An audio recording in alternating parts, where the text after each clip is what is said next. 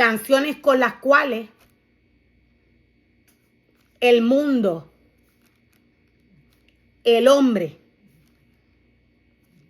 bailó bachata, bailó merengue, bailó salsa, utilizando la palabra del Señor.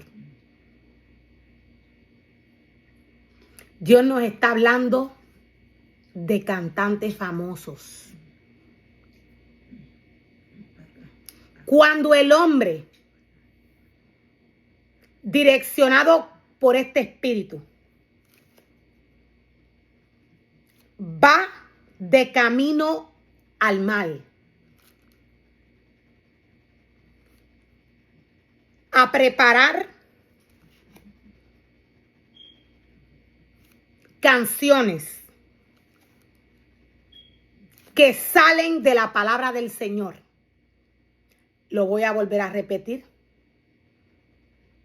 Cuando el hombre, cuando estas personas famosas, de las cuales Dios nos habla a través de su palabra, Dios nos está hablando de personas que no tienen nada que ver con su casa y su altar.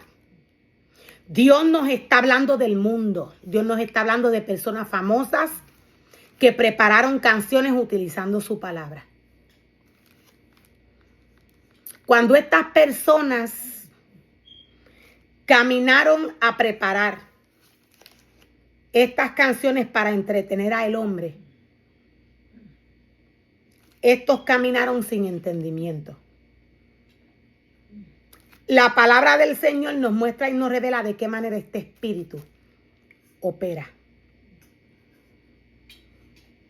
La palabra del Señor nos muestra y nos revela cómo Babilonia se mueve en la mente del hombre, cómo ésta envía dardos a la mente del hombre y cómo el hombre, bajo el deseo de su corazón, comienza a caminar sin entendimiento.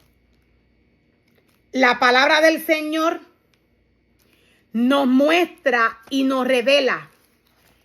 Dios nos dice de qué manera el hombre camina de continuo al mal.